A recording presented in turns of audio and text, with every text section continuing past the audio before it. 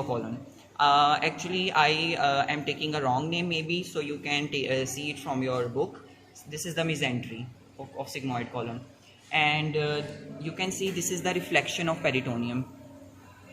This thing is the reflection of peritoneum. This peritoneum is extending downward into pelvis, and it is covering the superior surface of the bladder. This structure is the bladder, urinary bladder in male. This is a male cadaver, so this is the urinary bladder, and this is covering the superior surface of the urinary bladder. So it is making the urinary bladder as a subperitoneal organ. Okay, and from here it is extending from this side.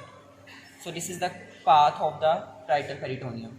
And I also want to demonstrate you the pouch. This is the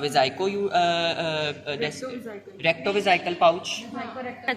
This sigmoid colon is leading into pelvis and making rectum. This structure is going into pelvis and making rectum. And this is the urinary bladder. So if I reflect the urinary bladder up, there is a pouch in which water is standing. This pouch is the rectovesical pouch, vesicorectal pouch, or rectovesical. Vesicorectal is the true name. So this is the vesicorectal pouch in which the water is standing. Okay. This is the ileocecal junction. This is the ileocecal junction, and this structure that you are seeing here is appendix. This is the mesentery of appendix. This is triangular in shape. This is also known as the mesoappendix. And this is the cecum. This pouch is the cecum. And this is leading into the ascending colon. This structure.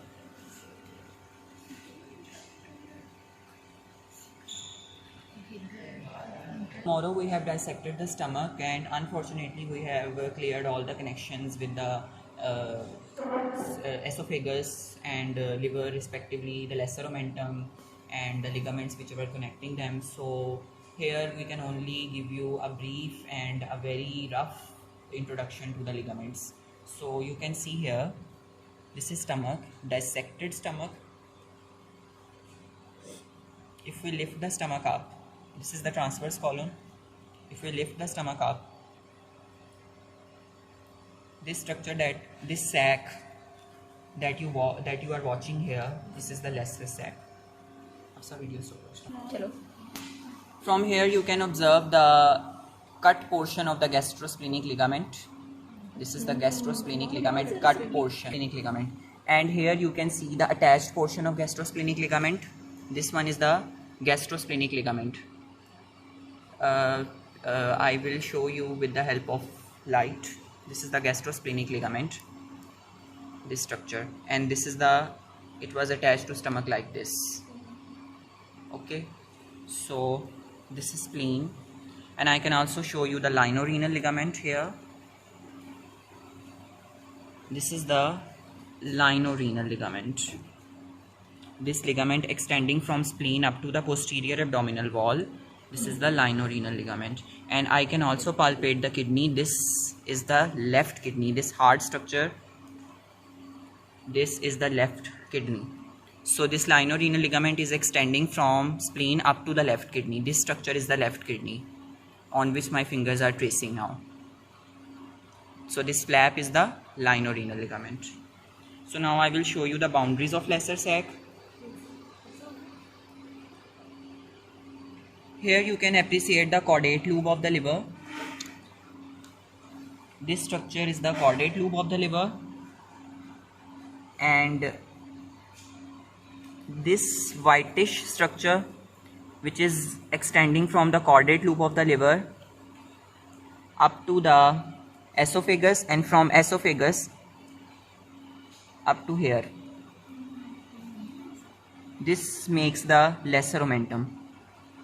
So the stomach is attached to the liver by the means of lesser omentum, and it is the free margin of the epiploic foramen.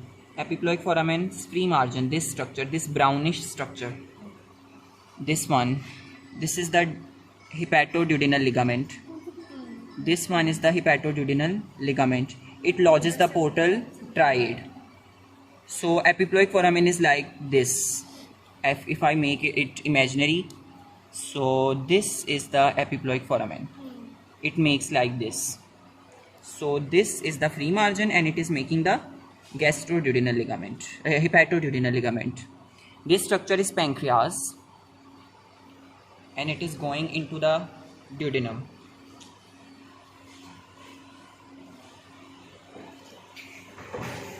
This is duodenum.